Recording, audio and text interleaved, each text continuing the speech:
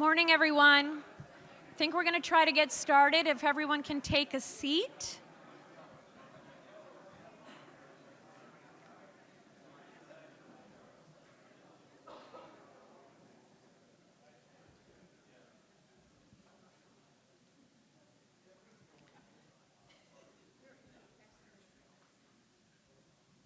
Great. People are really keeping the front row empty. Anyone want to come sit in the front? Good morning. Thank you all for joining, especially the morning after Election Day. Great turnout for what was probably a very late night for all of us as we were watching all the activities. On behalf of the Greater Washington Partnership and the Greater Washington Board of Trade, we are so glad to be hosting the Capital Region Transportation Forum in person for the first time since 2019. Yes.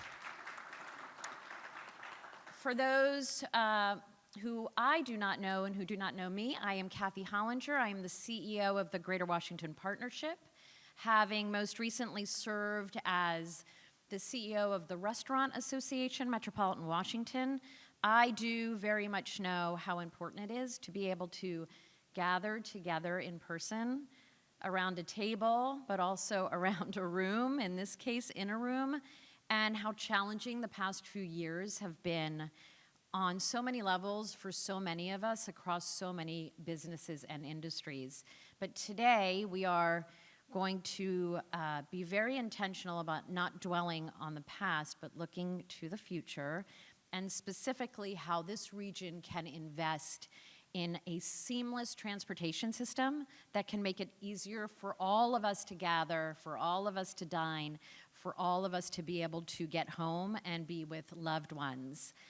The Greater Washington Partnership, the Greater Washington Board of Trade, all of the panelists who you will hear from today and speakers are deeply committed to this region and to positioning our transportation system to propel this region forward in a robust way, particularly as we come out of a very challenging time. At the partnership, we firmly believe that a better, more inclusive transportation system is a necessary foundation that allows our region's talent to access new opportunities to thrive and is central to ensuring that the capital region from Baltimore to Richmond will be the most inclusively growing economy in the U.S. In a bit, you are going to hear from leaders in the private sector who are helping to shape the future of what the region's transportation system is today and where we are headed, followed by a distinguished panel of guests, the region's secretaries of transportation, director of transportation, and CEO and general manager of WMATA, who will share a little bit more about what the public sector is focusing on to create the future that we all want to see. Whether you are primarily focused or concerned about education, workforce development, healthcare, housing, hospitality, transportation, and our ability to come together easily, reliably, cost-effectively will determine our ability to grow our economy so that residents can get to jobs and opportunities and our businesses can continue to thrive in this region. I am very grateful and excited to be able to work with a longtime partner of mine at the Greater Washington Board of Trade, Jack McDougall. A big thank you to you for this partnership and for working together on this forum. Our speakers for joining us, our sponsors, Transurban, Northeast Maglev, HNTB, EY, and Aon for supporting this event, and for all of you for showing up for this conversation about how we can create a more connected future. Jack and I talk about change and collaboration often over the years. It's always easier to deliver collectively when we are all rowing in the same direction, and I think that this is a first step as a community of stakeholders who are committed to this issue to be able to do that.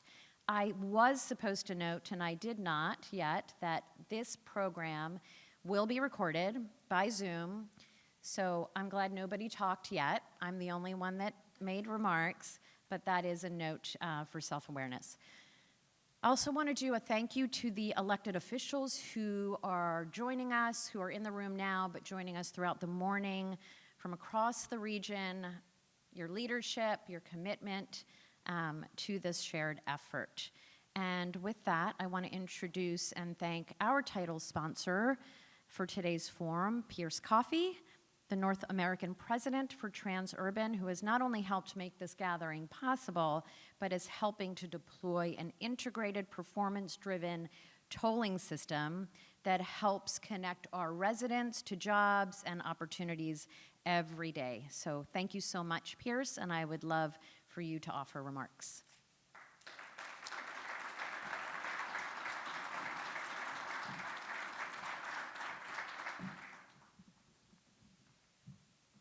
Good morning. Hope everybody's doing well today. It's great to be back together today. Thank you, Kathy, and the Greater Washington Partnership and the Greater Washington Board of Trade for your leadership. Thank you for bringing us together to think beyond our modes and beyond our jurisdictions for a smarter, more connected capital region. And thank you to Virginia Secretary of Transportation Miller, Maryland Secretary of Transportation Ports, District Department of Transportation Director Lott, WMATA General Manager Clark, and all the elected officials, partners, and transportation advocates who are here today for this discussion. Next week, the Commonwealth of Virginia and Transurban are marking the 10th anniversary of the opening of the 495 Express Lanes. It started as a challenge to rethink traditional highways and unlock one of the nation's most congested corridors. It's a partnership of firsts. It pioneered the use of real-time technology to manage congestion. It combined federal loan programs to deliver generational investment in the Capital Beltway. It incentivized carpooling and bus usage for the first time on a newly created free-flowing segment of the Capital Beltway. Today, the express lanes are part of a growing 100-mile network of expanded transportation choices that are keeping the region and the economy moving. The 495, 95, and 395 express lanes have saved nearly 10 million customers, about 33 million hours of time, with faster, more reliable travel choices. Nearly 70% of area drivers think that these express lanes have benefited the region, even if they don't use the lanes themselves. Off the road, the express lanes projects are delivering $8 billion in economic impact and creating more than 50,000 jobs. This morning on my way to Pentagon City, I looked around and reflected on the profound impact that can be realized when the best of the public and private sector come together. You see the cutting-edge commercial district in National Landing that's attracted the best of global business and higher education. That area is united by transportation options across all modes, including the 395 express lanes, providing a quick and easy access between DC and Virginia's growing suburbs. You see the Pentagon, where together with the Virginia Department of Transportation team, the team at the Pentagon and Transurban, we were able to accelerate improvements in and around one of Virginia's busiest transit centers. The result is safer connections for the more than 5,000 carpoolers or buses that come through the south parking lot at the Pentagon every day. I see expanded park and ride lots, bus fleets, and shelters along 395 and 95 that have been funded from toll revenue out of the 395 Express Lanes project, where Transurban has committed $15 million in an annual commitment to Virginia's Commuter's Choice program. That investment is diverting more than 2.4 million trips to transit each year, and it's reducing greenhouse gas emissions by an estimated 3,000 metric tons annually. And I see Long Bridge, an aging vital rail connection for commuters and commerce across the Potomac River that's bringing this region together for its critical replacement.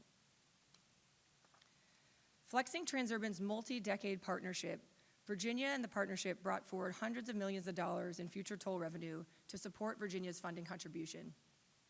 These are all the power of partnership at work.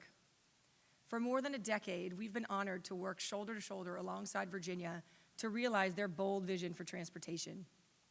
I want to thank all of our partners in Virginia, many of whom I see in this room today, who have been so critical to the success of the express lanes. I'd also, of course, like to thank each and every one of our customers, also of whom many are in the room today, and thank them for their trust in our operations and using the express lanes. We are now really proud to get to call Maryland a partner at Transurban. I'd like to thank Governor Hogan and his team for all they've done to advance transportation in the region during his term. Transportation demand and commerce, and frankly commuters, don't stop at our state lines here. We're ready to get to work to replace the aging American Legion Bridge and connect the region with faster, more reliable travel on 495 and up 270.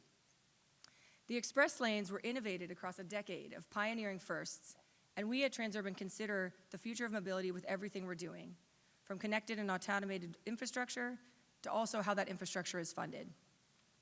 We know that a sustainable and equitable transportation future across the capital region takes us all working together to meet the challenges ahead, putting partnerships to work to drive a more connected region. Thank you very much for your time this morning. I look forward to being back up on stage in a couple of minutes with some really excellent colleagues, and I'm going to turn it over to Jack McDougall, President and CEO of the Greater Washington Board of Trade.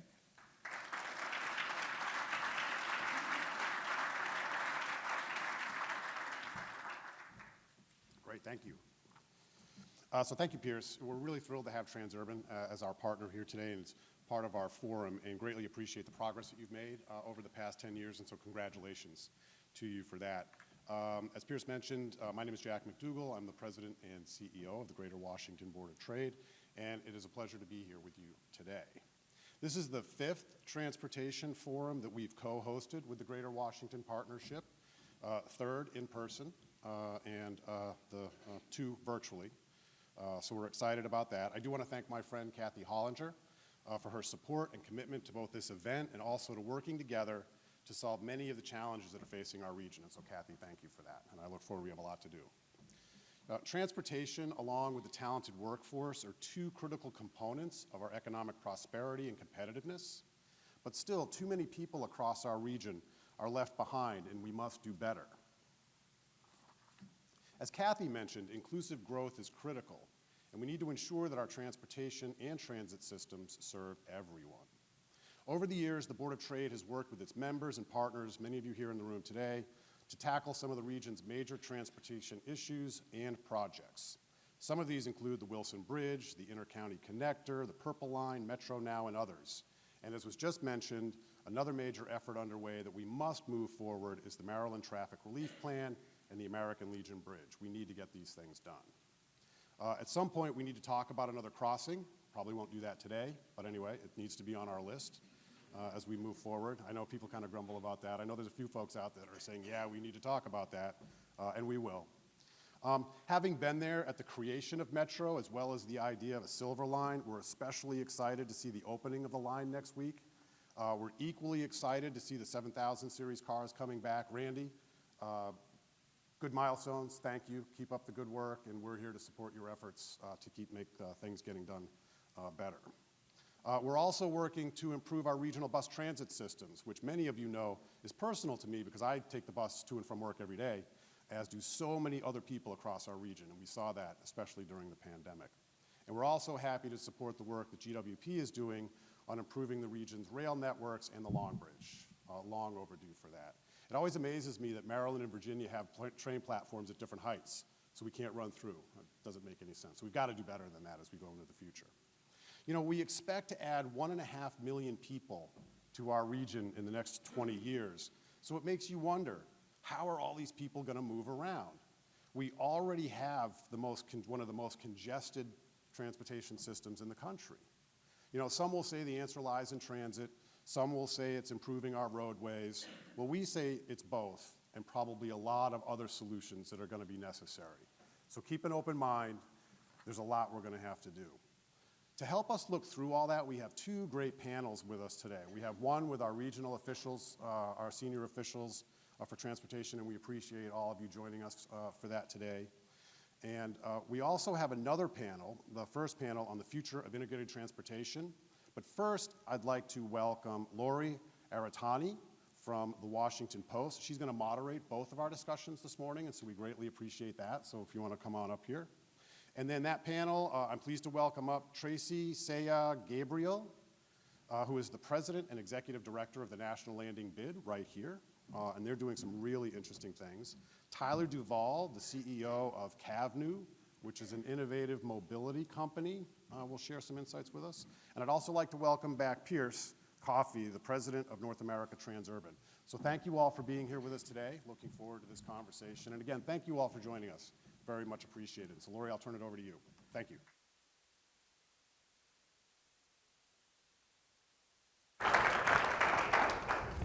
Well, good morning. I am so happy to welcome you here today to the 5th Annual Capital Region Transportation Forum in person, which is a lovely thing these days. I don't know if the novelty is starting to wear off. This is such a wonderful program that brings together people that care about transportation and moving folks around. And thank you to the Greater Washington Board of Trade and the Greater Washington Partnership for pulling everyone together and for getting everyone's schedules coordinated so we could be in the room at the same time. I know that you all are eager to hear from our panelists, so we'll get right to it. There's a lot of talk about connecting people, interconnectedness, and thinking about our region as a region and not having things stop at state lines. So I'm hoping our panelists can tell us a little bit about themselves and how their organizations are working to build foundations for more integrated multimodal transportation system in the region. Well, as you heard, I'm Pierce Coffey. As I gave you some remarks on the 495 Express Lanes, which is we've reached the 10-year opening this month. But let me just also tell you a little about Transurban. So my role at Transurban, President North America, I oversee our business here in the US and in Canada, and that involves the design, delivery, construction, financing, and operations of major toll road infrastructure, both in the Greater Washington area and in the Montreal region. And what we do at Transurban is we partner with governments to help them provide solutions for their constituents. So we really work with our stakeholders to understand what are the needs in the area and then come up with a solution that enables them to meet their policy objectives. So for example, you heard a lot about the 495 Express Lanes. Policy objective of Virginia's for a long time has been to move more people, not more vehicles. So the express lanes on 495 since the opening, 105% increase in bus and transit usage and carpooling since the 495 express lanes opened, which demonstrates P3s can be structured. It's not just about the concrete and steel, but it's about the structure of the partnership to help meet the policy objectives of the region or the traffic relief needs of the region. So that's what Transurban does, is we partner with governments to deliver solutions to help be able to move people more reliably, safer, and help taxpayer dollars go further.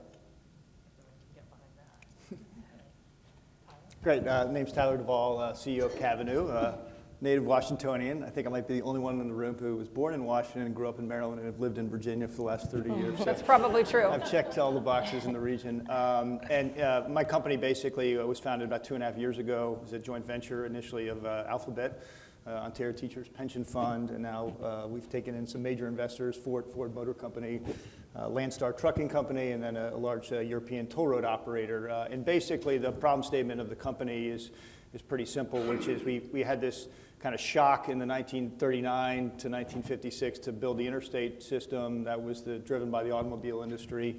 Lots of great stories about the World's Fair in 1939 where GM and Ford presented their vision for the future of transportation. Everyone says 1956 was the most important year, but it was actually 1939 where that vision was kind of laid out. The Bureau of Public Roads then laid out a vision for what the interstate was. That was obviously a transformational moment in transportation in the United States. Some good, some bad came out of that. And then obviously this kind of new thinking around travel demand management that Pierce hit on, through the 70s, 80s, and then obviously the deployment of the innovation that you see from Transurban and others around the world around travel demand management. And that innovation, and ours, we believe, is kind of this third cycle where the transformation of vehicles, the coming online of autonomous transportation, which is level 3 and level 4, passenger cars, trucks, and transit, that transformation is now underway. Using a baseball analogy, we're probably in the first inning of that. But our road system is not configured to handle those vehicles correctly, not operated or maintained to deal with those vehicles, and no data is coming off the roadway to provide information to those vehicles in a way that they can utilize. So we believe an integrated solution's needed. That's going to transform every aspect of how we move over the next 25 years, but the time is now to basically go deploy that. We've obviously partnered with Transurban in Maryland and believe this region. I'm sick of, frankly, flying to California, Texas, and Florida, so why not here? And that's why I'm here. So, thanks. Great. Thanks, Tyler. I feel like you should get a special should be a special pin. My grandfather worked, my great-grandfather worked at Union Station way back in the day. Hi, everyone. I'm Tracy Saya Gabriel, President and Executive Director of the National Landing BID. And I come at the transportation conversation as a career urban planner, but now as a downtown and business champion. The National Landing Business Improvement District is really focused on enhancing the vibrancy and economic competitiveness of the National Landing area. And you might be saying, where exactly is National Landing? So National Landing is, we're in it right now. It's Pentagon City, Crystal City, and Potomac Yard, from Arlington all the way down into Alexandria. And it's really significant because it's the fastest growing district in our region.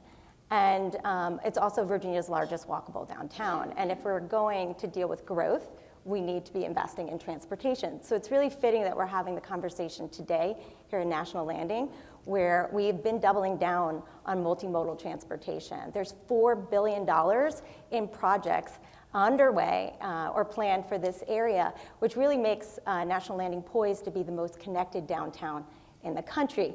That's a really ambitious vision, and so the role of the BID is to champion that vision and to also and be a general transportation advocate, but also to champion big infrastructure ideas. So the CCDCA, the bridge to the airport from our main street, as well as turning Route 1 into from a highway to a safe urban boulevard, are the kind of projects we champion, and we highlight those in our Mobility Next report. But really, even when we look at things at a local level for transportation, we're trying to build a network that is all about connecting to the regional systems and making sure that jobs and housing are well connected. I know for people, it's been a while since I've been out here, I think because of the pandemic, we were all held up, so it's sort of exciting to come out and remember what this area used to look like and see all these new, it's really exciting to see the transformation. Absolutely. Well, great. You all hit on this, we are so fortunate to live in a region that has so many different transportation options. We have commuter rail, we have metro, we have bike share. For those of you who are braver and probably younger than I am, we have scooters. I promised my husband that I won't get on one because he's sure I'll break my leg, and I don't want to have to call him but we're also in a region that embraces change and experimentation and ways to move lots of folks around. So when you think about where we are today, what's one thing you think we're doing well in this area? And is there an area where we could use that needs some improvement, or we could focus on for improvement? And Pierce, I don't know if you want to say. Sure. I think that one thing this region is doing in all three jurisdictions is looking at alternative infrastructure delivery. Each of the jurisdictions has had success in a public-private partnership delivery. Maryland is embarking on express lanes, but they have a history with their travel plazas and their ports. Virginia obviously has express lanes, which we talked about, and DC with their smart street lighting. And so I think that the collective region and their experience there, it's really hats off to the leaders of those three regions, because with a $2.5 trillion infrastructure backlog for investment, there need to be multiple ways to fund transportation going forward, and looking at the different tools that we have in a toolbox. So it's really commendable that the three jurisdictions here have looked at that as a way to deliver. And I think we've also seen the express lanes opened 10 years ago. That model has now been tested. So the 495 express lanes, it's a demand risk project. If something happens, it's on the private sector to make sure that the taxpayers don't bear that risk. And 10 years ago, when the express lanes opened, it was on the back of the global financial crisis, and the traffic did not materialize. So Transurban worked to inject equity into the project, right-size that project so that the taxpayers didn't bear any of that downside. Fast forward now to 10 years later, where we're coming out of a global pandemic, where again, all of our modes have been dramatically hit by the impacts of COVID. But again, Transurban has met all of its debt requirements, as well as continued to fund its $15 million annual funding for transit each year out of 395. So again, the impact of COVID not impacting the taxpayers, which allows the government to be able to use their dollars to continue to advance other projects. So I think each region has done that well in looking at what tools can they use to put to work. And for the second part of your question, what could we all be working on going forward? Maybe, again, thinking about coming out of the pandemic, I think we've got to be encouraging people to be across all modes. It's not an either-or proposition, both in investment of transportation or in usage, right? So for us, when we look at our customers, they take the express lane sometimes as a carpooler, Sometimes they drive themselves, sometimes they take a bus, some days they take metro or bus to work. So it's really about making sure people can get comfortable back in multiple different modes of transportation, because for the network to really thrive and be able to meet our challenges ahead, we need to have an integrated multimodal system. That is such a good point. I mean, that's the benefit of having all these options, but you want people to be able to switch modes depending on what their needs are. Yeah. Yeah, so I mean, look, it's a globally recognized thing what the region has done with managed lanes. When I was at McKinsey, I spoke to the G8 transportation officials from the 8 largest economies in the world, and this was the innovation that was highlighted. Like literally the Washington, D.C. area's utilization of demand management tools in partnership with the private sector. United States gets kind of ripped on around the world for our infrastructure, but this is an innovation that truly is globally recognized. So I think that is the signature thing. Obviously, there are lots of other elements of the region's transportation system that's unique, but taking an idea that was written about in 1954 by William Vickery and around congestion pricing and deploying that at scale in a region we're the first region in the world to do that. Obviously, outside some of the experiments that you saw in Stockholm and London, and I think that's what the U.S. road system. Obviously, I don't know why every region's not doing what we did here. I think what we need to do better, though, honestly, is look at the existing road system and talk about optimization of that network today, because we are not going to have the time or capacity or, frankly, dollars to double-deck highways, build, take highways from 6 lanes to 12 lanes. I mean, all of these projects take 10, 15, 20 years. I don't want to wait. I have a 19-year-old, a 17-year-old daughter. I don't want to wait till they're 40 to realize the benefits of this innovation. And I feel like we've got an existing footprint, a large road system today, lots of shoulder capacity, lots of ability to pop up, barriers to separate traffic.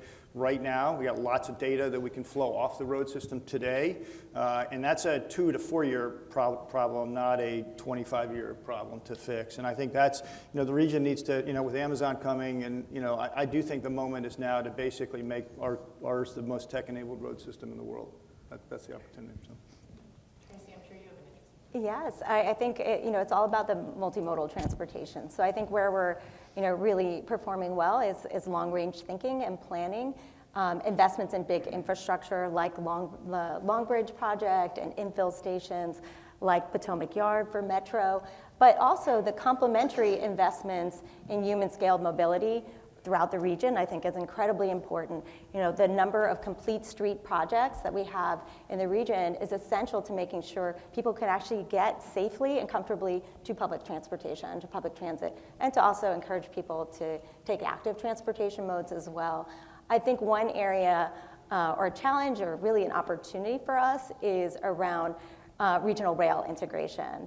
We heard, different heights for the platforms, but I think, we have a rich rail system here, but we don't have the operational or jurisdictional integration for those modes. And I think I'm really excited about all the conversations and even the Greater Washington's Partnership's vision on the Capital Rail vision and bringing, the potential and the thinking around one-seat ride from Maryland to Virginia and vice versa.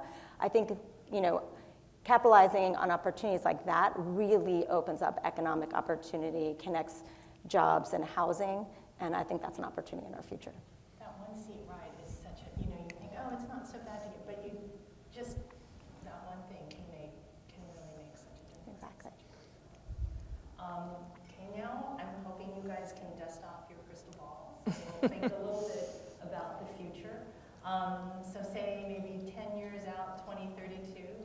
I know Jack mentioned this, the Metropolitan Washington Council of Governments is estimating that the region's going to grow by 500,000 people. Will our transportation systems be ready? Do you all have any thoughts about what we need to be doing to prepare to be able to move all those folks around? Tyler, you want to start this? Yeah, so I think the way people move, and I do think this vehicle, obviously beating the same theme here, I do think this vehicle transformation is going to really change all kinds of, it's going to drive VMT up. If you just look at the marginal cost of driving. You know, the electrification and automation of vehicles will significantly change how and where people move, will have huge impact on real estate development in the region. That's inevitable. We could sit here and do nothing as transportation officials, and that will happen over the next 10 to 15 years. The question is, what do we do to basically build a more dynamic, agile transportation system in response to that? Because I think, you know, you will see, you know, lots of debates about this, but I think pretty clearly you're going to see a big growth in travel demand. I mean, the current, you know, NPO estimates, I think, are understating the impact of this transformation of vehicles pretty dramatically right now. And if that happens, we've got gridlock everywhere. We've got a lot of the benefits that, you know, you would otherwise realize from this innovation, a lot of safety impacts that are negative, environmental impacts that are negative. And so I don't believe we should just sit and wait for the vehicle industry to innovate. I think we should basically own the future of what our transportation system should look like. Transit is an obvious example. I mean, you're going to see form factors emerge in the next 10 years for transit that can revolutionize how we think about public transportation. And, you know, I just don't think there's enough thinking about it. The planning should start now. There are many firms, in addition to ours, that obviously are ready, willing, and able to deploy solutions into that space right now. But I think we've just got to decide as a region that's a priority. I think we're a little passive. I think we've obviously scored some big wins in the last 15 years, but I think now we got to dust it off, as you said, and go to the next level. Great, and I do think that, you know, it's investments in that multimodal, you know, transportation that is going to enable us to, you know, weather the growth that we're experiencing in the region in terms of trends that we assume will continue.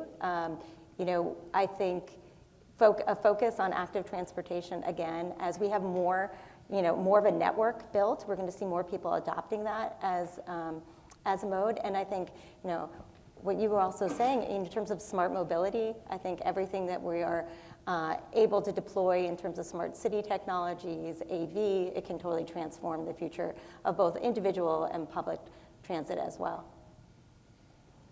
So because we have partnerships over decades, we're constantly thinking about the future, but I don't have a crystal ball.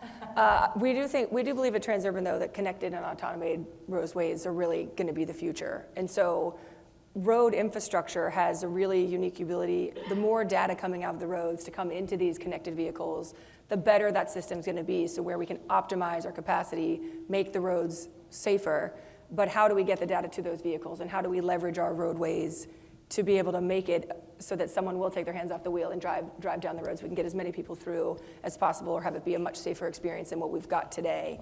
So, and I think the express lanes are actually a really great test bed for that, because especially on 95, 395, it's a barrier-separated, controlled environment. So over the last few years, we've done a couple of things, like partnerships with federal highways to platoon CAVs to see what are the things that are working or not working in an environment like this. What data do these cars need to be getting real time to know what's up ahead? And in one of those tests, right, there was a bike in the lane and it failed the test. There's some work to do, and how do we get the vehicles the road infrastructure information so that they can operate at their best. Also, Phantom Auto, which is a company out of Silicon Valley, can remote control cars. So if you're in a situation where you can't move your vehicle, someone could actually take remote controlling from another location, and sometimes as far as California from Virginia. Another partnership that we're really excited about that's we're going to have some on-road trials beginning of next year is with Robotics Research, a company based out of Maryland, leader in autonomous space for large vehicles. And we're going to trial some automated transit and see what it is to move buses up 95 through 95 in a closed environment, not in open to traffic with everybody else, but to see what that could look like, to be able to really be able to move more people and be as efficient as possible with that. So I think it's about using the infrastructure we have and getting more data into the vehicles, figuring out how do we actually support that transition where there's going to be more information, give it to the vehicles so we can maximize how we move through this region. You know, it's interesting in this space. In some ways, 10 years seems like such a long time, but in this space, right, these things take time. So it's maybe not that long. In a bit, we're going to hear from the Secretaries of Transportation in the region, the Director of DDOT, and the leader of our largest transportation agency. Any thoughts on sort of key projects or initiatives you'd like to see them embrace collectively in the region? I'm happy to start. We have wonderful secretaries of transportation in the room.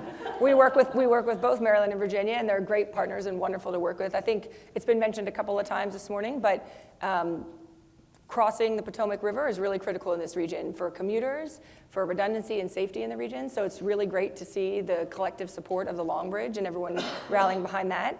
As we've mentioned, we're partnering with Maryland to modernize the American Legion Bridge, which is a much needed project, and it's also in conjunction with Virginia. So we're really excited about that project for a lot of reasons. Not only will it improve the infrastructure, it's a generational impact of investment that can help the economic environment here in the greater Washington area, will benefit the next generation. It's also going to open up all new opportunities for transit and to encourage people to take a bus across the Potomac River. So Project Next that Virginia is doing with Transurban is going to be one of the first ever bus routes across the Potomac. And then shortly following that, the Maryland project will really be able to encourage people going back and forth, not to have to get in the car themselves, but be able to take transit. So there are a lot of things that that project is going to do beyond replace the bridge. It's really going to help free up movement in the area, unlock a bottleneck that's been there since I commuted to high school every day in Maryland, so twice a day, 5 days a week. It's been a bottleneck since then, right? So we're really excited about unlocking that because it's going to create a lot of value for the region. But in general, right, lots of good opportunities. And I think we've got really strong leadership, knowing that we have a lot of resources in this area. And to get people to want to stay here and to have their businesses here, people have to be able to move around. So that's really critical. And I think we have a lot of leadership in this region in that area. Long Bridge is a great example, right? We used to think of bridges as just moving one sort of mode, right? And now we're thinking of them moving all different. Yeah. And I think, too, for us as an operator, we're constantly thinking about how do we operate our roads safely, but also how do we maximize what we've got. And the governor just announced recently in Virginia that he wants to look at how do we make the 95 express lanes bi-directional. So we're working with the secretary and his team on how could we actually unlock and make sure that those express lanes are providing value, maybe both directions moving forward. Yeah, well, as I mentioned at the outset, I think we feel very well endowed here in the National Landing area with Virginia's support for transportation here. I think that more generally for the region and our policymakers, I mean, I think doubling down on multimodal transportation is the way we need to go. We know that investments like the ones we've made in human-scaled mobility have been essential to attracting our major anchors like Amazon. And so if we want to have regional competitiveness, that's key to it. I think that connecting our activity centers to housing is so essential, whether that's through rail integration, which we spoke about before, or really thinking about buses and BRT and premium bus lines like the one being considered right now between National Landing and Columbia Pike and Fairfax. I think those will really help to shrink commute times and change the system as well. And of course, we can't forget the importance especially outside of our immediate urban areas, in Vision Zero policies, because I think the extent to which we make all communities more walkable, we're enhancing our transportation system. Yeah, so I mean, I have one broad idea, which is I think the region should do a kind of capacity and utilization study around existing corridors where, if there was an introduction of a dynamic barrier system, you could basically pop up and pop down lane capacity dynamically around traffic demand. And I think that that's a concept that others around the world are starting to look at. We've got obviously a very congested network, but it's extremely unevenly congested across different parts of the day, different times. Obviously, COVID has further complicated that. But there are tools now available to effectively manage capacity much more dynamically.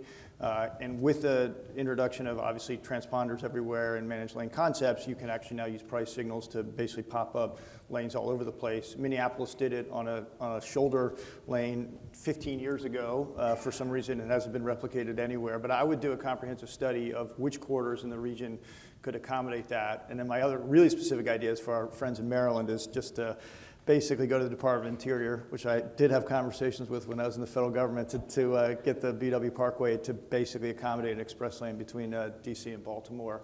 That would really unlock lots of things. You could actually use the dynamic demand concept, so it's not a permanent express lane. It's one that's effectively available when the Parkway, which gets jammed up quite a bit. So those are my two ideas. And I think I saw that. So there we go. We're getting close on time, so this has been so great. So I think, how about each of you share one high-tech solution, autonomous cars maybe, hoverboards, I don't know if hoverboards are considered high-tech anymore, or one low-tech solution you think would be essential to building out the region's vision of a more integrated I don't know if I would pick a high or low tech solution. I think I would pick sustainable funding for the long term. So how do we look at sustainable and equitable funding for transportation? And we believe that there needs to be multiple tools in the toolbox. But as vehicles are changing and technology is changing, how are people paying for usage? So we've been really encouraged by the recent dialogues around state and federal level frameworks for road user charging or vehicle miles traveled. Because as vehicles get more efficient, the gas tax isn't going to be able to fund all of the existing backlog we've got and then what's coming. So I think for us, looking at how do we fund transportation, and then maybe when you connect that to your technology angle, we have partnered with Eastern Transportation Coalition to look at how do travelers respond to a technology in their vehicle that measures how far they've traveled, or an interface to tell them what they would owe from a transportation standpoint, or even actually what technology is needed to be able to enable a system on the back end. So I think thinking about the long-term funding and going beyond what we're doing today, it's not exactly the answer to your question, but I think it does have a lot of technology that will need to be behind it and a lot of coordination working across jurisdictions. But long-term, how do we create sustainable, equitable funding source for all the transportation needs in the region? Well, I'm so glad you said that. That is the key, right? We forget, sometimes we get caught up in all the things we want to do and all the amazing things that are out there, and we forget that someone's going to need to pay for them, and not just one time. Right. We need to think about, that is such a great point. Thank you. Yeah, I mean, I think, so our project in Michigan on Interstate 94 between Detroit and Ann Arbor will be the most censored roadway in the world. Every 200 meters, we're going to have a camera, two cameras, a edge compute capability, and a machine learning platform to crank real-time, low latency insights to vehicles. We'll deploy a pilot next year on a stretch of that. Ford is obviously is going to be our partner on that, but that whole corridor is a 41-mile corridor. Until these vehicles came online, it didn't make a lot of sense to outfit roadways with incredible capabilities around what's happening. Obviously, CCTVs and other hardware on roadways can provide some insights that we see in the region today. But now with these vehicles, the cost benefit or the ROI on outfitting roadways is actually now quite positive, and you can now start to envision and cranking out insights to these vehicles that has a real operating effect on how the vehicles themselves perform. So I think the region should effectively set in motion the censoring, so to speak, of the road system, starting with limited access highways, but then moving to facilities like Route 7 and others that are carrying 120,000 vehicles a day. So that kind of arterial network in the region, I think, needs a lot more intelligence. And the dumb idea is, like I said, just use barriers in an intelligent way. These are not like the delineators or posts that Transurban has could be modified effectively to create an agile road system. That's a pretty dumb idea, but would have huge effects. So. And sometimes the low tech. Yeah. Right? Sometimes Low tech doesn't mean dumb. maybe I shouldn't make smart barriers opposed to dumb. Yeah, exactly. So mine would be low tech. I think, very simply put, I think putting people at the center of design will future-proof our transportation network. I think a lot of the things that we're retrofitting today are that we weren't thinking about the user experience. And I think people-powered mobility and human-centered design is going to be essential for a lens that we apply to all our projects. And then, of course, making sure that we're integrating and understanding that mobility is economic development. And if we're going to sell ambitious visions for what integrated transportation can be for our region, then we have to make sure that we're marrying the understanding of the goals of projects to be also about economic development. We have a little bit of extra time, so I'm going to throw one more question. The pandemic has changed so much about the way we think. I'm curious if the pandemic has changed the way you think about how to move people around, how you move around in the transportation system, if it's opened up, if you've tried new modes that you hadn't before. Well, I think actually the pandemic is great for active transportation modes. I think the flexible schedule in people's days might make it more desirable and more comfortable to say bike home while it's still light out, for example. So I think, or people's willingness to maybe experiment with the modes that they're taking when it's not something they're doing every day. I think hopefully there's more incentive to try out to go take mass transit if you're only doing it, maybe 3 days a week instead of 5. So I think that there's a lot we're waiting to see, but I think people have appreciated, experimenting a little bit more with how they get to work. Yeah, I mean, obviously, before the pandemic, we did not have a great record of accuracy in travel demand forecasting. We definitely have an even bigger challenge now, given how complicated work environments are. There's obviously an article that came out last month around congestion levels and how different and higher and uneven, and it's a much more complicated factor. I'm sure Pierce's company studies this every day in the quarters where she operates her roads. But I think that it makes it even more imperative, in my view, that we create some agility into how we manage, because who knows what's going to happen, right? I mean, you see companies all over the place across the U.S.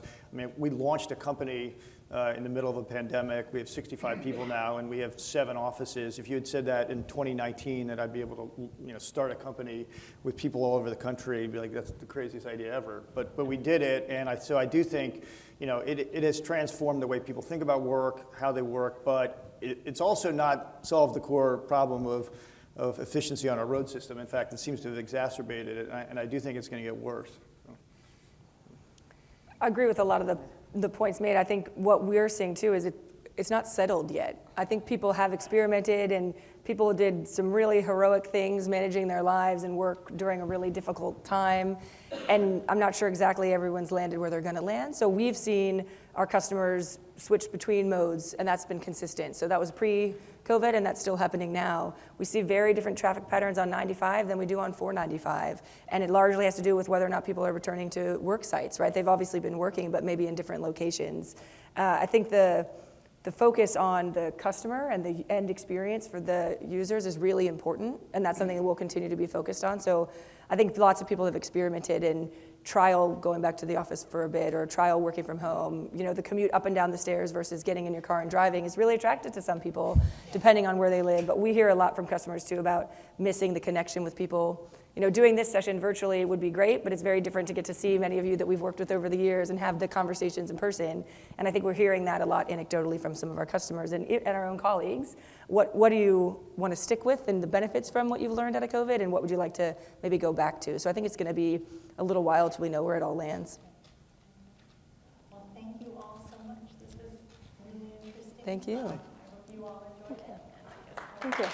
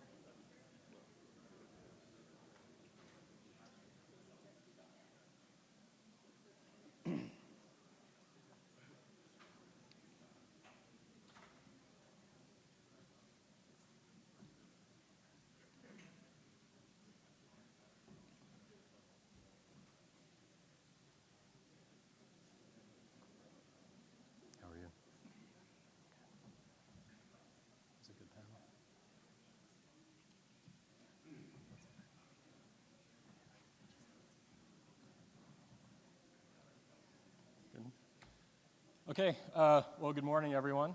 Thank you for the opportunity to be here, and thanks to the prior panel. That was really incredible to hear about the future of national landing and improvements to auto travel in the region. A lot of technical innovations that I think are really exciting. I'm here to talk a little bit about a kind of different topic, but I think related, and that's high-speed rail in the region. My name's Ian Rainey, and I represent Northeast Maglev. We're a company that's working to bring Japanese superconducting maglev trains to the Northeast Corridor. Some of you may have heard about this initiative, but for those who aren't familiar, superconducting maglev, or SC maglev for short, is an ultra-high-speed train that travels at 300 miles per hour. Sometimes when I mention that to people, they think, well, you know, levitating trains, this is a prototype or a concept or sci-fi or something like that. But actually, this technology is real and it's proven. It's operating today in Japan. I'm actually joined by some of my colleagues from the Central Japan Railway Company, which operates that train. And it'll soon connect Tokyo and Nagoya, which is the world's busiest transportation corridor. Bringing this technology here to the Northeast Corridor will be transformational for our region.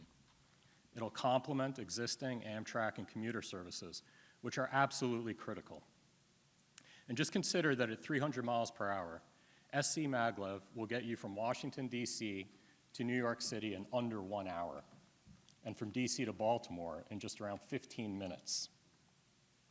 That's the kind of mobility improvement that we think is needed to ensure that the Northeast Corridor maintains its global competitive edge well into the future. At the same time, maglev will take millions of cars off the road each year. That eliminates millions of tons of greenhouse gas emissions and prevents huge numbers of accidents. It also creates hundreds of thousands of construction and long-term jobs. And to that end, Northeast Maglev has partnered with labor groups, and we've committed to an ambitious set of goals to maximize job opportunities for women and people of color. Right now, our company is working with the federal government, the state of Maryland, the District of Columbia, and a number of other stakeholders to make the SC Maglev project a reality. This project really would not be possible without the partnership and support of those government colleagues at the federal level, the state level, the district level, the county level. And so I'm especially honored to introduce our second panel. First, I'd like to welcome Shep Miller III, the Secretary of Transportation for the Commonwealth of Virginia. Secretary Miller previously served as chairman of Kitco Fiber Optics, which was recognized, I think, twice as one of Virginia's fastest growing companies. I'd also like to welcome Mr. James Ports, the Secretary of the Maryland Department of Transportation. Secretary Ports also serves as the chair of the Maryland Transportation Authority Board, the Port Commission, and Aviation Commission, and he's a member of the WMATA Board of Directors. Our next panelist is Everett Lott, the director of the DC Department of Transportation. Before joining DDOT, Director Everett worked as a senior advisor at the Federal Highway Administration and as associate administrator in the Pipelines and Hazardous Materials Safety Administration. He was also acting budget director for DC Public Schools and a senior manager in the mayor's executive office. And finally, I'd like to introduce Mr. Randy Clark, the general manager and CEO for the Washington Metropolitan Area Transit Authority. Mr. Clark joined WMATA in July of this year, and previously he was president and CEO of Capital Metro in Austin, Texas, where he helped secure one of the country's largest voter-approved transit referendums in U.S. history, which resulted in a multi-billion-dollar infusion for Cap Metro's capital program. These four leaders are overseeing some of the most dynamic projects and tackling some of the most complex transportation issues in the country. And we look forward to hearing their insights about the future of transportation in our region. I personally have the privilege of working with the district and Maryland Departments of Transportation, both of which are involved in the SC Maglev project. And it's a pleasure to work with such dedicated and professional staff. I commend our panelists and I appreciate their leadership of their respective departments.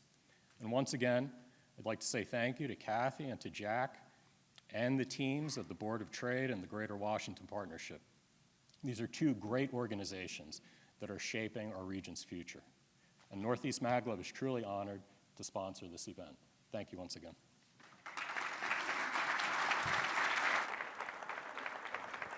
Well, this is great, and I apologize, I didn't realize that my mic wasn't on last time, so I think and hopefully it was a small enough room that you could hear me shout. But welcome all, it's so great to have you here.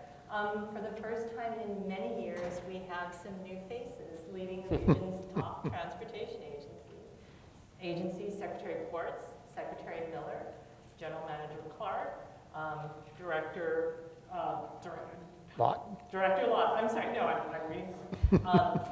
Secretary Miller, General Manager Clark, Secretary Quartz, you've all been at the helm for less than a year, I think. And Randy, it's like just past 100 I'm like 100 days, so Right. I don't know. I'm going to defer most all answers up here. So. And you're still here. Nah. So it's all good. And that makes you Director. See, I haven't forgotten about you. You, at just over a year and a half, are now the grizzled veteran. Wow. Ready to retire? It's kind of scary, yeah. So to start off, I'm hoping you can all tell us a little bit about how you've been settling in and sort of how you've been figuring out what your priorities are. I don't know if you would like to start. Thanks, Lori. Thanks you all for having me today. I'm not sure the word settling in is a phrase is a good phrase. It's called running in. There you go. Running in place. No, you know, my background was in technology and in business. And while I served the Commonwealth for 8 years on the Transportation Board, it's not the same as living this for 30 years like some folks that are in this room have, or some of my colleagues have. And so I'm just trying to get up to speed in a lot of ways and fully understand everything in my secretariat. And there's lots going on, as you know. I mean, Northern Virginia is a huge hotspot, right, of transportation need and projects in Virginia. But Virginia's a big commonwealth, and there's a lot going on here. We've got space, we've got ship ports, we've got fixing the DMV, if you will. We got all sorts of things going on. So we're trying to keep things moving. We're trying to make sure we do it right. We're trying to deliver these projects on time and on budget. That's the short term, right? As we sort of get our feet under us and look to the future and where we're going to make some changes and what we sort of see in the next 2 or 3 years. So it's really making sure the trains run on time in the short term, if you will, and then we'll build on that, and that's where we are now. I think that's something everyone can get behind. And there are so many, as you mentioned, diverse needs within under that transportation. Incredible. All right, well, I mean, I may be new to the secretary position, but I'm not new to transportation by any stretch of the imagination. I was deputy secretary twice, once in the Ehrlich administration and now in the Hogan administration. Also ran the toll facilities, MDTA, as executive director, and I ran transit for about 6 years. So I had a pretty good career over the years. I was also in the legislature for 12 years and deputy administrator for NHTSA, National Highway Traffic Safety Administration at USDOT. So I worked at federal, state, and local levels in transportation for about 30 years. And as I mentioned in the House of Delegates, also on the policy side of that. So what do we have going? An awful lot. So at the airport, we had one of the largest capital expenditures that we've had ever in the history of Maryland. That's the AB connector and baggage handling system. We're also working with Southwest on a maintenance facility for the East Coast. It's going to be the first maintenance facility on the entire East Coast, so we'll lock them in and we're going to provide lots of great jobs. The MTA, the Purple Line, obviously is a huge project. When we talk about transportation, we got to talk about highways and also transit. And I mentioned I ran transit for 6 years, so I understand it very well. On the MVA side, you heard Pierce talk about how we have to think differently about the customer, and we did Customer Connect. So we're not a sloth organization like Florida. Like Disney World said, we're actually handling 75% of our customers within 15 minutes because we're using appointments. That's unheard of. At the port, we're doing some more dredging. We have the Neo Panamax cranes so that we can work with some of the biggest ships in the world. We're also working on our Howard Street Tunnel, which is going to give us double stacking and allow us to go from Maine to Florida. Now, I will say that's in partnership with Delaware and Pennsylvania because there are some bridges there that they need to reconstruct so that they can have double stacking. So that's just and we got all electronic tolling at MDTA that we're working on to move vehicles quicker, people quicker, and cargo. And so we got a lot going on within our department. You've hit on one of my daughter's very favorite scenes. Oh, And it's Zootopia, right, with the sloth. And yeah. we all have kids. It is We're classic. not that. But 15 minutes, that's 15 minutes. great. That's amazing. Great. Director Bell? Wow, so I'm the most tenured person. That's pretty impressive. Wow. So 2 years as a director, and as a couple more years as the deputy before becoming the director, and as was mentioned in the bio, came over from Federal Highway and from Pipeline and Hazardous Materials Safety Administration. So transportation is a part of me, and it's something that that I'm a part of. But before I even get started even further, I want to first just to acknowledge and congratulate our mayor, who was reelected last night to her third term as mayor of District of Columbia. Extremely excited for her, extremely excited for what that means for Washington, D.C., and extremely excited for what that means for this region. When I first sat down with the mayor a few years ago, the conversation that we had was focused on a couple different things, and the two things that she mentioned that were important to her was safety and equity. And I said, well, that aligns with what's very important to me when it comes to transportation. And so everything that we are doing as a transportation agency, the 1,300 folks that work in the Department of Transportation every day, we're looking at it from a safety lens and looking at it from an equity lens. So whether it's a streetscape project, whether it's a local paving project, whether it's a bike pedestrian bridge that we're building or a tunnel that we're digging, safety is first and foremost. And we're making sure that we're employing that and instituting that throughout every 8 wards, all 8 wards of Washington, D.C., and that's where the equity piece comes in as well. And one of the things that we're doing that's really, and you probably get have appreciation for this, is to make sure that we are investing in our bus priority projects and our bus infrastructure. That's extremely important to us to make sure that we're providing multiple modes of transportation options. And one of those options that's really important is the bus priority, making sure that we're able to move more people faster, more people safely, and more reliably. And so you'll see, if you're traveling in Washington, D.C., lots of red paint on many of our roadways. On 16th Street, we're under construction now, about finished with that.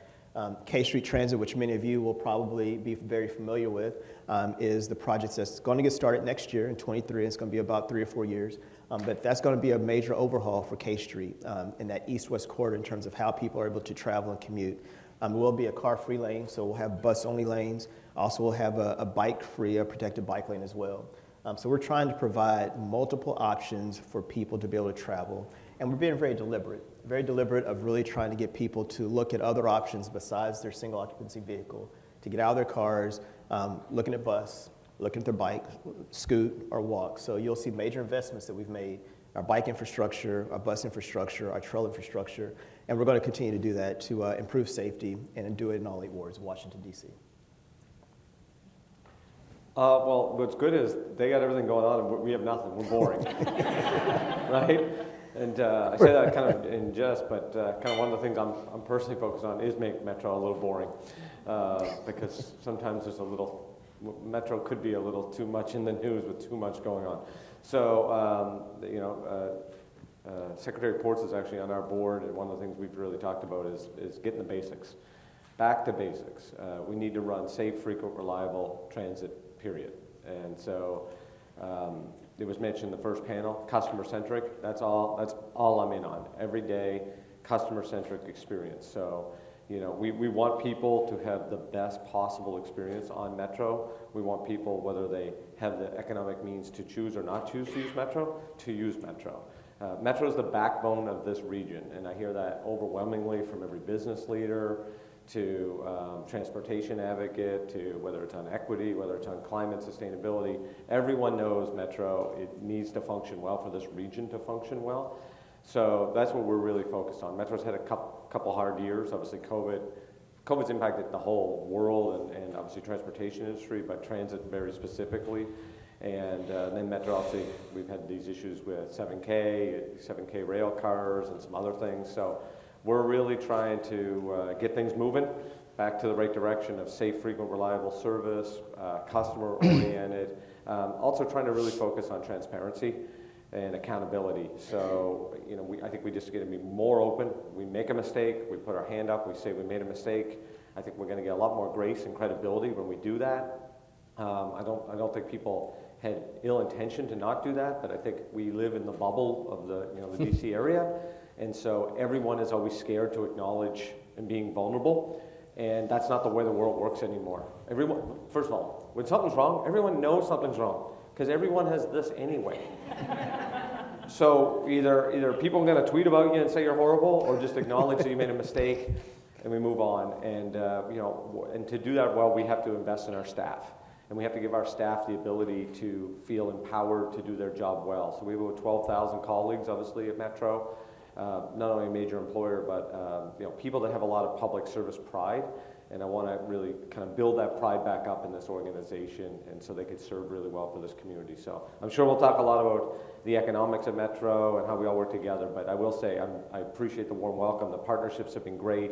And whether it's at this level or the business level or the operations level at different pieces, it's clear everyone wants to work together to move things forward, and that's what excites me about being back in the region. That's great. I want to add that we're going to try and wrap this up so we'll have time for audience questions, and I know y'all probably have lots of questions. We have such a distinguished panel, so keep that in mind and keep those questions in mind. I don't know, hopefully that's not a surprise to you all, but. Only a little.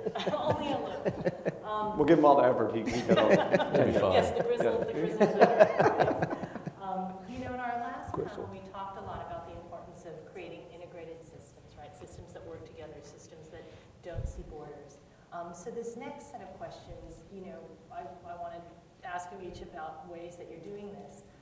We know you have responsibilities for your jurisdictions, right? You've got to make sure the courts are working. You have to make sure, things are working in your respective jurisdictions. But, these questions are sort of going to look at how you're working across borders to make things work and make for sort of a seamless experience. So, Secretary of Courts, you're going to go first.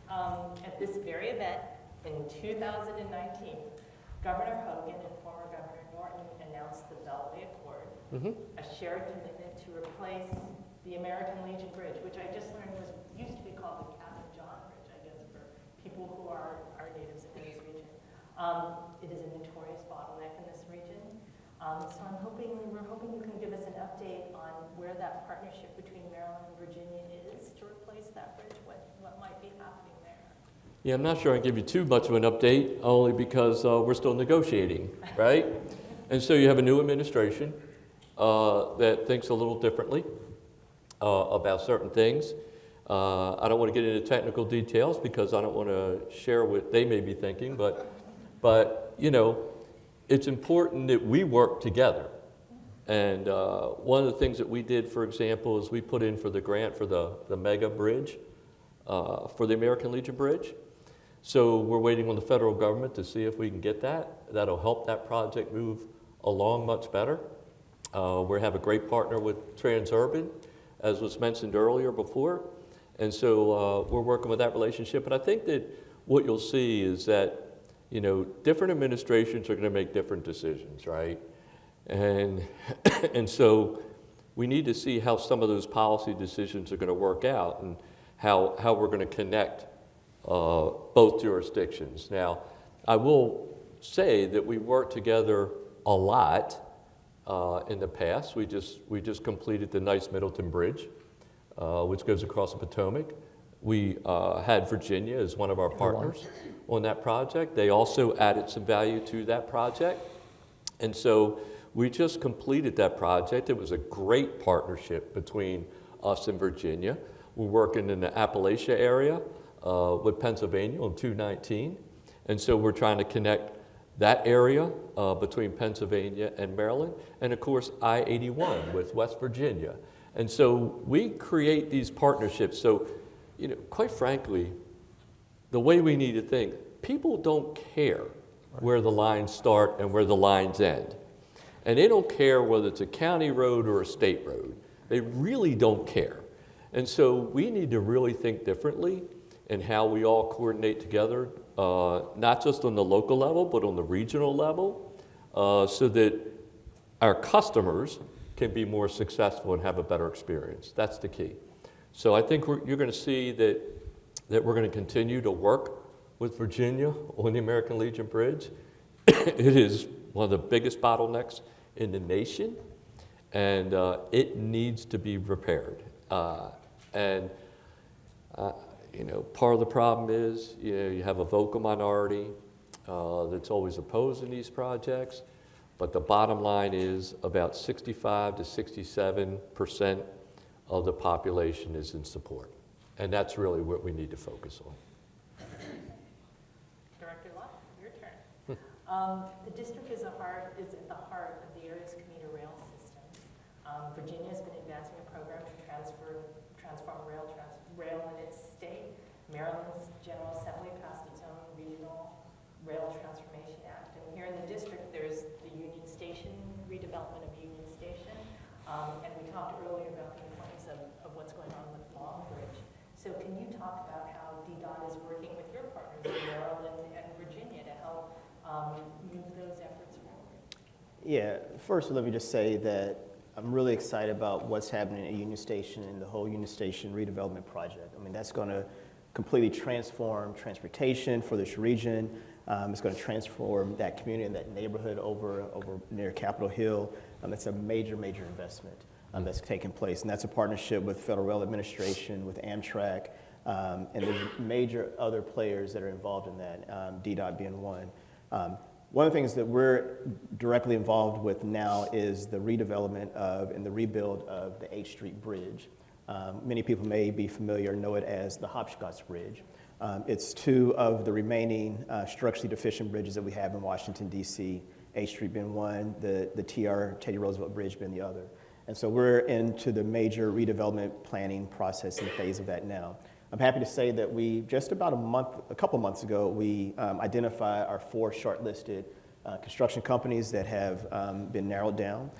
They're working on their final proposals, and we hope that here really soon we'll be able to narrow that down and identify who will be the contractor that will be leading that project that will allow us to rebuild that bridge. I mean, that will be the start of essentially the Union Station redevelopment process. And so that's really going to take, we hope to get started in 24. It's probably going to take us about 5 years to complete that bridge project. Again, a lot of variables, a lot of players involved. But once we get that started, and that will be what springboards the next aspect of Union Station redevelopment. So that's happening. That's what's happening there. On Long Bridge, we've partnered with the Virginia Project Rail Authority, and they actually received a $20 million RAISE grant a couple months ago. I think it was announced. Our role in that, in the Long Bridge, is to build the bike pedestrian bridge. And this is going to be a great connector between Washington, D.C. and Arlington. And so we're really excited about that. Our project roughly is going to be about $88 million. We've invested roughly about $52 million already, and we're in the planning and designing phases of that. But the RAISE grant was based on our conversations, our partnership with the VPRA, and making sure that this is possible. So we're really excited, again, going back to providing options. We feel like that's going to really kind of bridge the gap between Washington, D.C. and Arlington, providing them with ways to travel outside of using a car. So they can bike, they can scooter, or they can walk. And so we're really excited about what that means. So we'll continue to partner with our partners in the South, with the state of Virginia, with VPRA. We'll continue to partner with our partners to the north in Maryland as well. So it's a great opportunity for us to really transform how we're able to move around here in Washington, D.C. and in the region. Secretary, it's your turn. Your state is moving forward on an effort to create the most expansive toll lane network in the region. tell us a little bit about the impact this regional express lane network has had on Northern Virginia residents and businesses, and how it is shaping the future of transportation in your state? Well, as you know, as we've heard, Lori, it's been a profound impact. And as Tyler and others said, it's sort of a model for people around the world to look at. You know, I grew up here in this Commonwealth, and I'm older than most of the folks around. So I've gotten to see it all sort of change over time. And I think the most telling piece that strikes me the most at the end of the day on what the express lanes offer is that like 55 is attained in those lanes like 90-some% of the time. So think about the reliability factor, right? And people don't use the express lanes. I don't know all the data on it, but the average user is not somebody that uses it 10 times a week, right?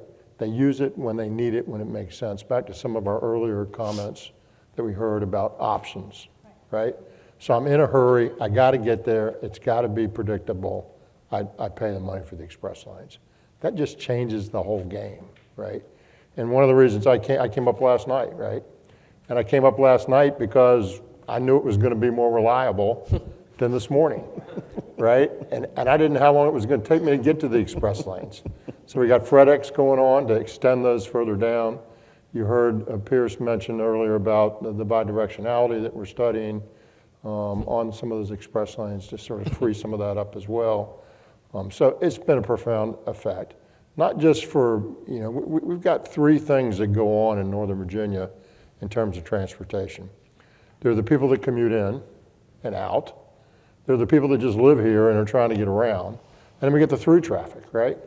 So it's all trying to balance all three of those things to make it work. 95 has a lot of through traffic, right?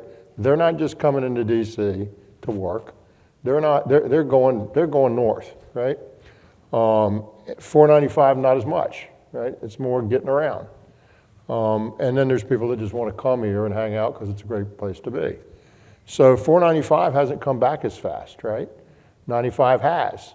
So what does that really mean? And at the end of the day, I'm digressing a bit, but the real key here, and whether it's Randy's Metro or whether it's the express lanes or whatever it is, these investments we're making, I'm not sure we really know what it's going to look like 5 years from now in terms of commute patterns. It's radically different during the pandemic, but it's still going to remain different. In Virginia, our administration's taken the position that we want to have people back in the office, in state government, right? That's not happened in DC. That's not happened in the federal government. And so if people, and if the federal government's not back in office, and DC's not back in office, if the federal workers are not back in the office, are the contractors all going to be back in the office? And if none of them are back in the office, they're working, but they're just not at the office, what does that do for our demand? And how does that shift around? We saw radical changes in Hampton Roads in commute patterns.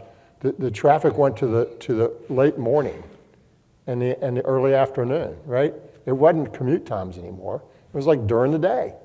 So we gotta wait, we gotta sort of sort that out to really understand what we're gonna need going forward. But we know 95 is about back to where it was. It's pretty close. 495, not so much. Metro obviously struggles. VRE's been crushed, right? So do we keep investing in that, or do we figure out, you know, what's it really gonna look like 4 or 5 years from now? And our attitude is gonna be, we wanna invest money really wisely. It's very precious, even though there's a lot more there now than there used to be. It still belongs to somebody else, it's not mine. It's not government's, it's the people's money. And we wanna make sure we're investing it really wisely. So we're gonna be careful and cautious as we move ahead. We won't stand still, but we're gonna be cautious about it. But it's profoundly changed what you can do here, and it's all about reliability for me. It's not just, the demand management piece, as opposed to just pure tolling infrastructure for financing, is really what makes the difference in my view. No, that's such a good point. I mean, we think of once again, we think of all these whiz, high-tech solutions, but really the bottom line is reliability. People want to know whatever mode they're going to travel on, whatever time they're going to be able to know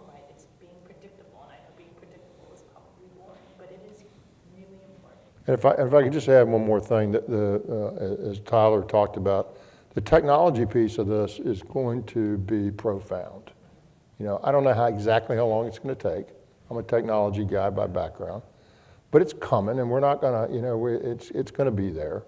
And the question is, how does the throughput change, right?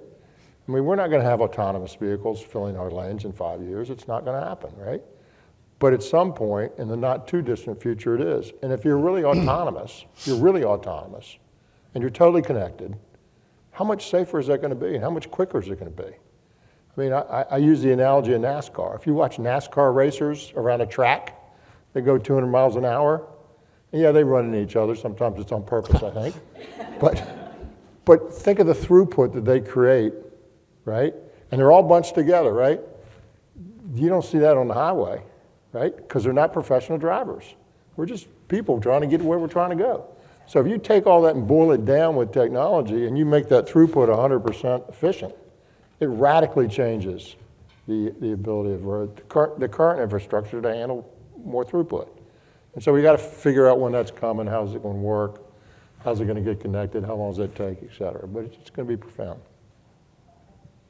General Manager Clark, I want to ask you about the Better Bus Initiative, your regional bus network redesign, but I feel like I can't stop. Silver Line, swing back to Silver Line. I want to hear about what you think about the impact that's going to have on this region. You have any predictions about ridership? I know everything is kind of up in the air these days, but what's the Silver Line? We've been waiting, I think folks have been waiting for a long time to get this rail line complete, so tell us a little bit about that. Yeah, it's been like a generational dream people talk about. So, well, first off, and maybe everyone in the room would acknowledge and join me with this, but you know, Jack Potter's in the back of the room, and without Jack and MWA, this wouldn't have happened. So, you know, appreciate Jack and their team. They just did a fantastic job. And I know Jack is maybe the only person even more excited than people at Metro to cut that ribbon next week and then stop talking about Silver Line because he's got Thanksgiving travel to manage. But listen, Silver Line is going to continue to push what Metro is. Where Metro is where people want to work, where they want to live, where they want to play. That's just the reality of this. So I actually got these written down so I don't mess up the stats on this. But because I'm still new, right? But I'll make sure I get this right. So think about this. Metro property value within a half a mile of stations generated $235 billion. Okay, which generated $3.1 billion in property tax. 28% of the region's tax base is in this half a mile, and that only makes up 4% of the land space. So 4% of our regional land space makes up almost a third of our tax base because that's where Metro is. Wow. It's unbelievable, right? And that's the same everywhere in the world. So yes, we're going to have ridership changes. I'm with the secretary. It's that's going to evolve. Quite frankly, we got a recession coming too. And so we went like this, now we're going to go like this, and it's going to take several years. We had the largest triggering event in the history of anyone in this room's life, right? So 9/11 was a big deal, and all this other stuff was a big deal. We had a global pandemic. Like, it's not even on the same scale of what happened. This is going to take a while. Our world thinks it's CSI, so every 20 minutes we can change. No, this is going to take 4, 5, 10, who knows amount of years to rebalance what things are. So I've been saying a lot. It doesn't matter if we have the exact same ridership at 8 a.m. on a certain, say, train or bus, because some of that ridership might be 7 o'clock at Friday night now. So some 28-year-old that wants to Zoom all day long, the second they're done Zooming, they want to go out and have happy hour, they want to go to the movies, or they want to go to a ball game, or they want to do something else. People still want to move. At the end of the day, the economy works because people move, right? And even if you go, I'll buy stuff at home, well, then someone has to deliver something to you, and they got to move. Everything has to move, one way or the other. So I'm very bullish long-term on transit because we're urbanizing as a country. This region continues to urbanize. We mentioned Potomac Yard. Potomac Yard Station, I was out there the other day. I was talking to the secretary. I'd love to get him up and take a look at it. It's just mass development all around that. And now that might take parts that are 2 years and parts that are 20. But look at NOMA, right? NOMA was the infield station that was kind of nothing really there in some ways, and now it's just hundreds of massive high-rise buildings and multi-unit development. Take the Navy Yard, which is an example, right? It was that problem. Tyson's 10 years ago compared to Tyson's today, night and day difference. New Carrollton is going to be a game changer, and there's a raised grant to have, and that's Mark, and it's Amtrak, and it's Metro, and all the regional bus. So what excites me about what we're doing here is we're not a stagnant economy. You mentioned at the front end, we're going to gain 1.5 million people in the next 20 years. Okay? Yeah, and we're still going to be the national. So I don't care what happens in these events happen. We're the national capital of the most important place in the history of human civilization. People are going to come here. They're going to spend money. They want to be here. We need all options on the table to get people around. And so that's where we're going to be focused on Metro, is how to make all these partnerships work. But the travel patterns, does go back to reliability. And for us, we need really consistent, safe, frequent service. And we don't need frequent service just at rush hours. We need good frequent service all throughout the day, all days of the week. So ridership Saturday and Sundays back across the country, including us. We're back to probably 70% on weekends. And then if you look at certain days of the week, we're higher up, and then other days are lower. We have actually crushed loads on a lot of our trains right now. Metro's unique problem has been the lack of trains, and we're working through that now, and that will actually create more frequency and get more people back. And then we got obviously this regional bus network, and that is an incredible opportunity for this region. Bus moves. We moved the other day, I think 330,000 people on bus the other day. And then I'll get all of our regional partners. We got to make it though, so Secretary Port says this the best, and that's why I appreciate him being in his board leadership. The customers don't care about any of us at all. They don't even know who we are. They don't care about the alphabet soup that we work for. They're like, I want to be on a bus, I want to be on a train, I want to be on a road, I want a bike path. They don't care who manages it, they just want it to work. And we got to just lean into that, and that's probably the ultimate challenge we have as a region, but it's the ultimate opportunity we have as a region. We got to keep thinking about how we all are integrated versus jurisdictional, and that's very hard because we all pay taxes jurisdictionally, and people don't live transportation lives based on tax structure.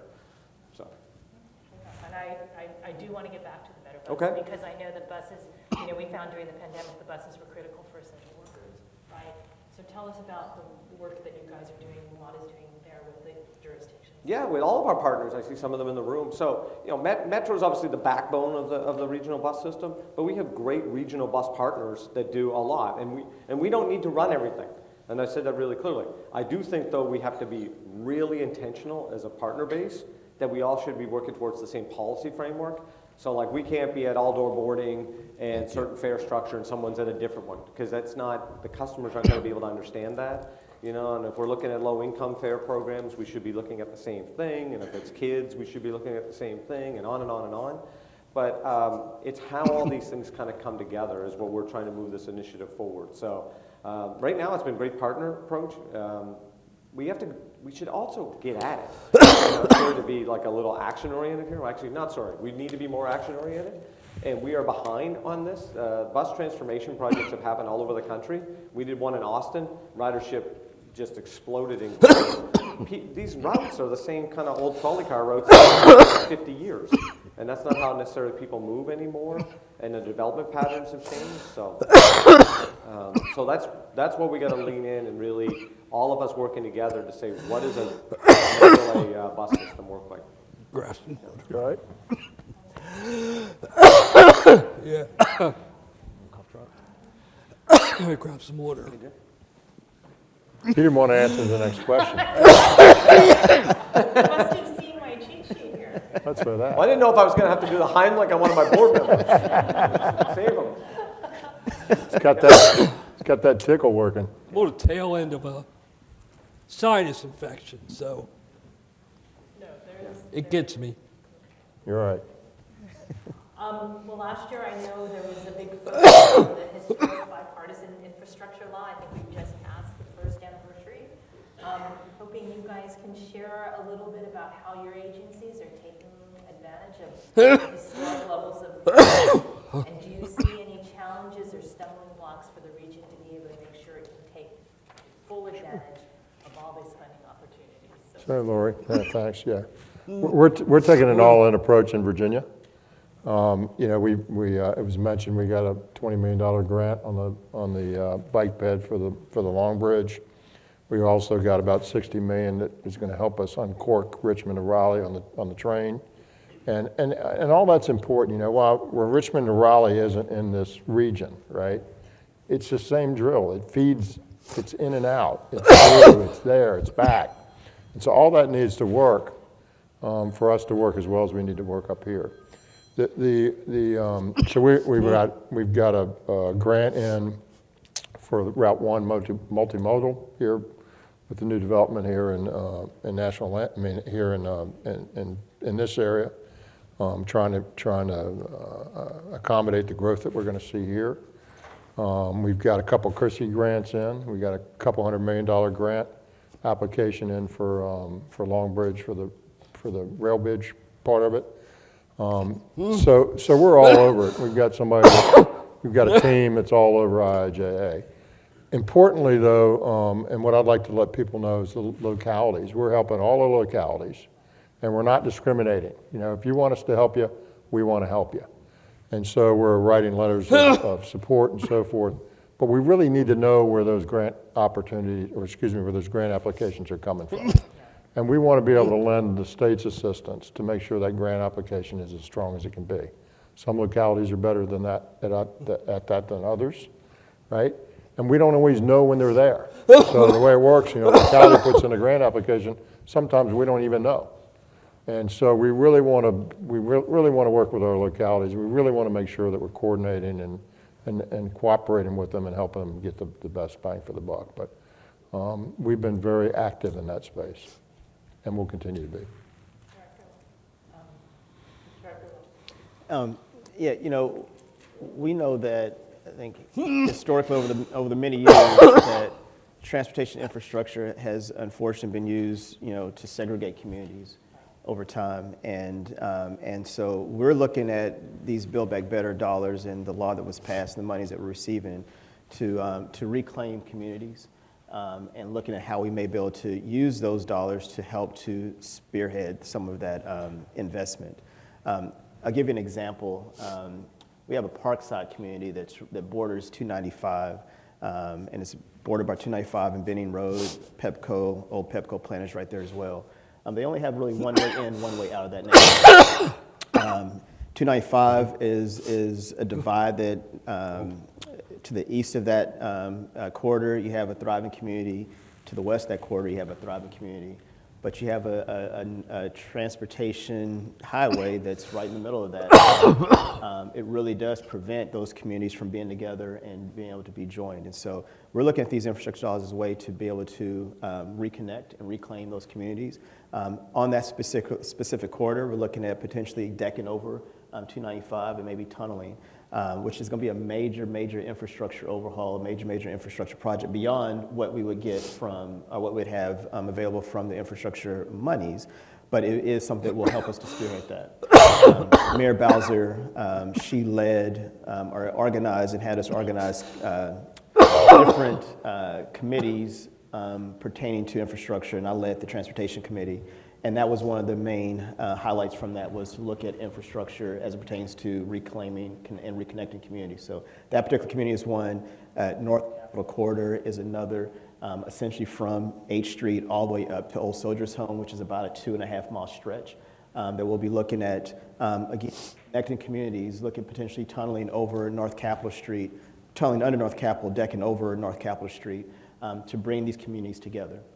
It's extremely important, recognizing again that a lot of these infrastructure that's put in place years and years ago did divide communities, and it was underprivileged, under-resourced communities that ultimately suffered. Yeah, I'm gonna give it a shot. Sorry about that. Get that little tickle in your throat. Can't do much about it, but obviously we're doing the same things these folks are doing.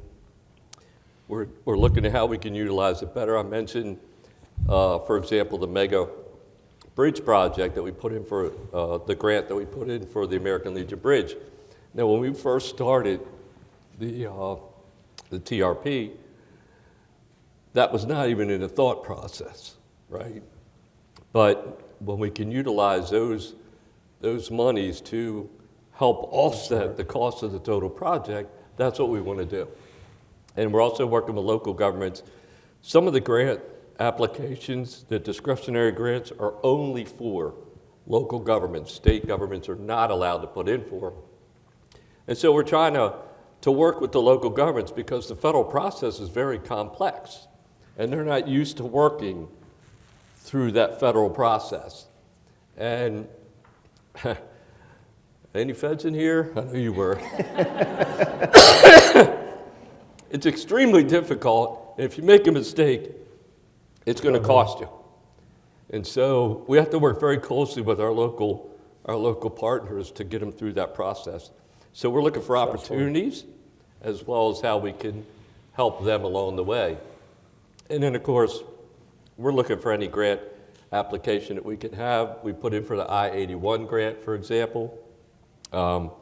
We did the infra grant, which we were not successful. We went with the rural grant, which we're still waiting on. So when you talk about challenges, I think that was part of your question. When you talk about challenges, it's what are the federal rules going to be?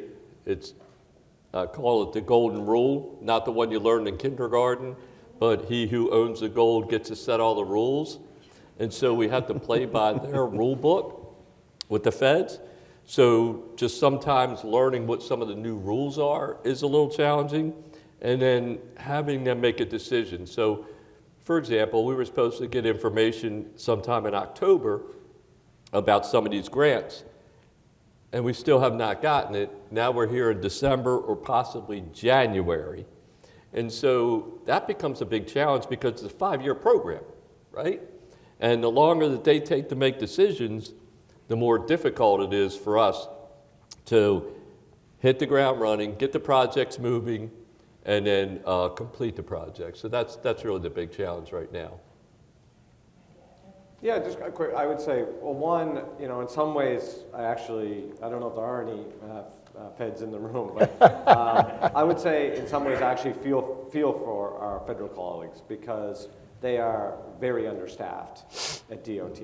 So you just think about it, right? DOT programs are this big, now they're this big, same amount of resources, and they're trying to hire the same amount of people that we are during a global pandemic, right? So all the consultant firms that are here are trying to steal from us, we're trying to steal from you, and the feds are trying to steal from both of us. Oh, yeah. And everyone that's smart is just rotating around year by year and figuring it out, right? I mean, that's the reality. We've infused a generation's worth of funding into our country at the same time, and we have an aging workforce, especially on the technical side, an aging workforce, right? Like take us, like a signal person, like a signal engineer. Yeah, you don't make one of those in a week, right? Like that's a skill set that takes a long time. And we're already kind of understaffed going into the pandemic, so that's a challenge. On the IIJA, though, there's a boring, if you will, part of that actually is incredibly important for Metro, and that's the formula funding. So everyone gets caught up in these big projects, and don't get me wrong, they're really cool, and we hope to get our cool money at some point too. We didn't get in the last round, but that's okay. The peanut butter will be spread eventually, and we'll make sure our applications are great. But they have formula money, and that formula money this year is probably going to be that source that allows Metro to balance the FY24 budget. Without the IIJA, our current 150, 180, depending how you cut it, deficit would be more like probably 300 million, if not more than that. And listen, Metro has a significant funding structural issue coming up, and it started before the pandemic. I have a report that shows from 1975, I was given it the other day by someone that was around then, that it was like highly involved transportation, said, here's a report that was done in 1975 that literally said, this will be the national capital area's biggest disaster if Metro's funding doesn't actually get resolved. 1975, the year before the system opened. Wow. Everyone knows this thing was set up incorrectly, and one day we're going to have to come together as a region and solve that. Now, I don't want to get down that because I got a lot of work to do to bring back some trust and credibility and bring that service back, and then hopefully that will create the framework to do that. But this is all connected together, and the IIJA, a lot of this money, if you don't have the local match, you can't go for that grant. So us is a good example. Roslyn, not that far from here, everyone knows, and it's been kicked around in Metro for a long time, this idea of a second tunnel at Roslyn, right, because of capacity issues. So we're going to end up talking billions of dollars. We need to move that forward in some capacity in Metro in 23. First, a local preferred alternative to even get to a NEPA process. But the IIJA is not forever. It does have a decent shelf life, but it's not forever. So we, as a good example from a Metro and a transit of the region point of view, have to get our finances in order in the next few years to even think about how we're going to exercise that money towards federal opportunity. Or us as a region are going to let that once-in-a-generation opportunity sail away. Because if we wait too long to solve our local problems, there is nothing to match against at some point. And if we're all waiting for Congress to solve the infrastructure problem the next time, I mean, it took 20 years, right, Rob? Probably 20 years to get this one done, right? And so, I'll be retired by then, so I'll be the Rizzo vet as ever. So, but I think we got to get everyone understanding how these things all fit together, and we got to, as a region, we're going to compete for these things because it's jurisdictional. But I'd love to see us as a region, and I don't know if that's the MPO process, come together and how we really should be prioritizing things as a region versus everyone just going for individual things. That takes a mature region to do that, but I think we have the capacity if we're willing to all jump in there together. And Laurie, I'd just say, the district, we contribute about $800 million annually to WMATA for operation and capital assets. The WMATA operating efficiently and effectively is so very important to what happens in Washington, D.C., to bringing back businesses, federal employees, contractors to Washington, D.C. It's extremely important. So that's our commitment, $800 million annually. We also commit about $26 million for our Kids Ride Free program to make sure that every young person has a safe and affordable way to get back and forth to school. And I know Randy was in the news a lot lately talking about fare evasion. We provide that, and that's a service that we provide and pay for our young people every year. So that's our commitment. We will continue to make that commitment because it's so important that WMATA that works and has the resources that it needs to be able to work and work efficiently in the area. I know we're on time, but do we want to try and take some questions from the audience? Go for it. We were just gonna filibuster a little longer. We're running the clock, weren't we? I was gonna say really nice things about Randy. Yeah, actually, we need that. I'll take that. Hi, I'm Rick Ryback with Just Economics. Thank the sponsors and the panelists for a great session this morning. It's been mentioned that when transportation is well designed and well implemented, it creates an enormous amount of land value. And as also mentioned, only about 10 to 20% of that comes back to the public. So when we're struggling to come up with local match for the federal infrastructure dollars that are out there, what are your agencies doing to perhaps make a sustainable and equitable return of this publicly created land value more robust as a way to make transportation infrastructure financially self-sustaining? Well, if you don't mind, I'll take that. So you bring up a very interesting point, and it's one that we have talked about in the state of Maryland for quite a few years, in that transportation projects in and of themselves do create economic development, and they increase the tax base. However, none of that money comes back to transportation. It goes to the local government, and it goes to state government. And so the value that we bring, we do not reap any of those benefits in the transportation world, because our transportation dollars come from, the gas tax and MVA fees, and so title registration, car registration, excise taxes, and some corporate tax. But we do not see the economic benefit that we create. So we need to think maybe differently.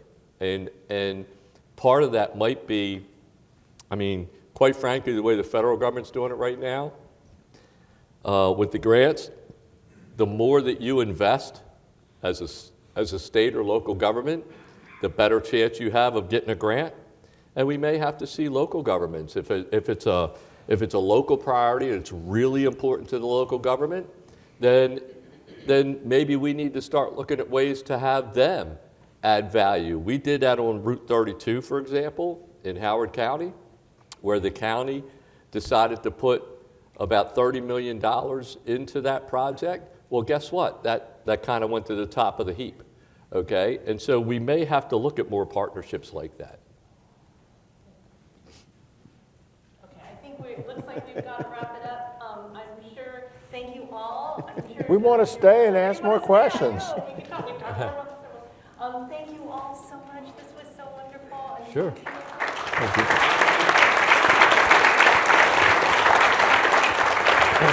Really nice to meet you.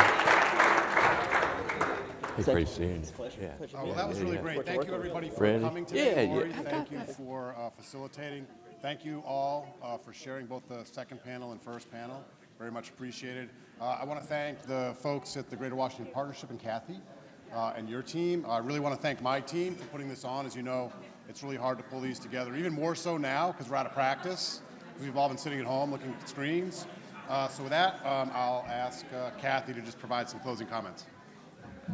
Hey everyone, I want to do quick thank yous to a couple people. So I'm always the husher at the mic. Yes, Jack, thank you, and the Greater Washington Board of Trade and your entire team. I do want to thank the Greater Washington Partnership team who worked so hard to put this together, but their continued thought leadership on this issue. Joe McAndrew, John Hilligus, Whitney, and Ariel. Want to thank you, and also those at the partnership team who are here and have supported the event this year and in years past. I also want to thank the panelists. There's photo ops going on as I talk. This is great. I want to thank our panelists. I want to thank our sponsors, and I want to thank all of you for joining today in person for this wonderful conversation. Thank you.